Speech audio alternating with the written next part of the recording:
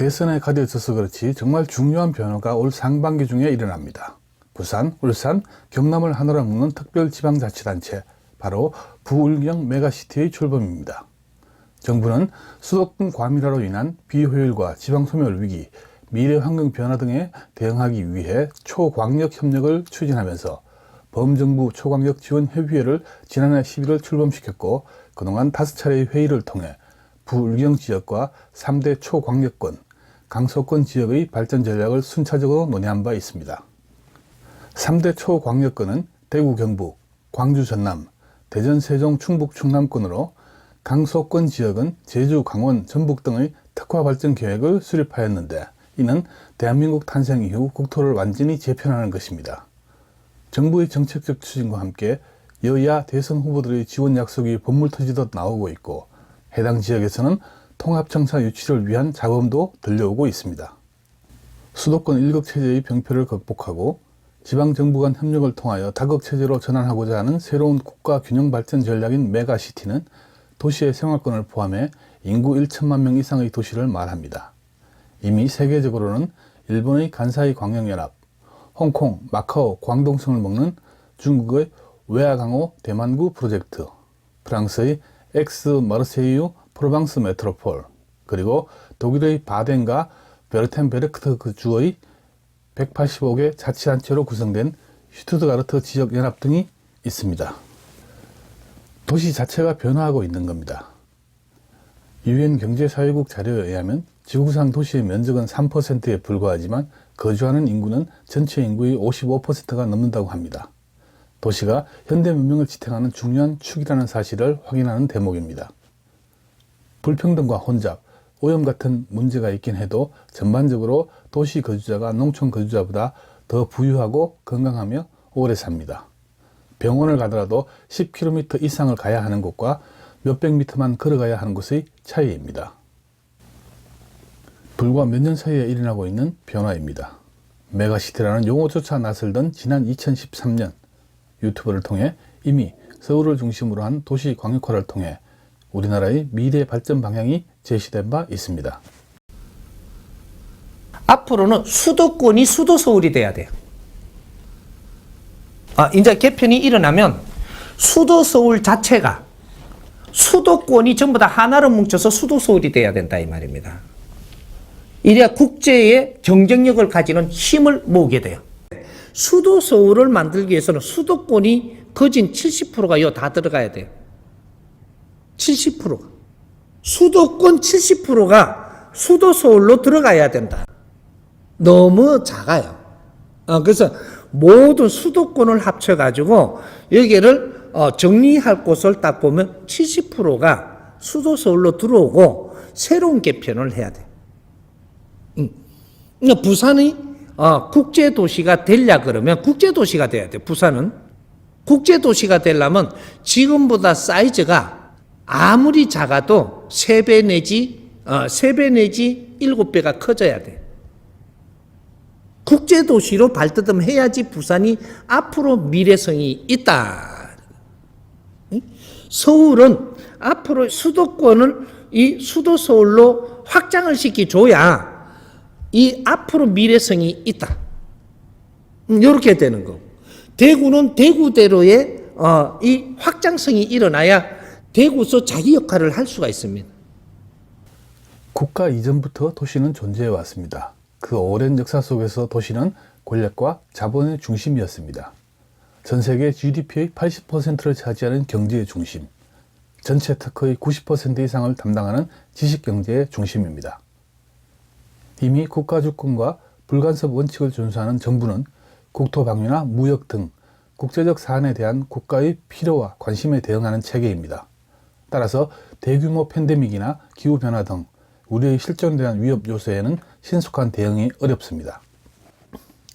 도시화의 성과는 지식과 경제의 집적화를 통한 고도의 성장이지만 그 이면의 그림자는 도시를 취약하게 합니다. 불평등과 빈곤, 실업률의 증가와 폭력, 오염과 재해에 대한 노출 등이 그것입니다. 그래서 각 도시들은 이런 도전 과제들에 대해 적극적으로 대응하고 있습니다. 이 지점은 국가 정부보다 지방정부, 지자체가 우리에게 훨씬 더 중요하게 다가오는 이유이기도 합니다. 지난 2020년 7월 대구광역시와 수원시 등 17개 광역지자체와 63개 기초지자체가 모여 탄소중립 지방정부 실천연대가 발족했습니다. 탄소중립이라는 공동의 목표를 향해 실질적인 행동을 시작한 것입니다. 이미 120개 국가 499개 도시 955개의 기업이 2050 탄소중립 선언에 맞춰 활동에 들어갔습니다. 세계 도시 간 협력이 강화되고 있음을 보여주는 것입니다. 또 다른 사례가 있습니다. 2015년 유엔이 발표한 지속가능 발전 목표는 국가와 함께 도시의 관심사를 명시한 최초의 국제적 합의로 세계 지방정부연합 등 도시 간 네트워크와 도시 리더들의 집중적 로비의 결과이기도 합니다. 세계적으로 9억 명 이상이 거주하는 1만 개 이상의 도시들이 글로벌 기후 및 에너지 협정에 참여하고 있다고 합니다. 자신이 속한 국가보다는 공통점이 많은 다른 도시와 공통의 가치, 시급한 사안들을 통해 서로 협력하는 도시 외교가 자연스럽게 일어날 수밖에 없습니다. 그만큼 도시의 리더, 시장의 역할이 커집니다. 개인과의 연결성도 훨씬 강해집니다.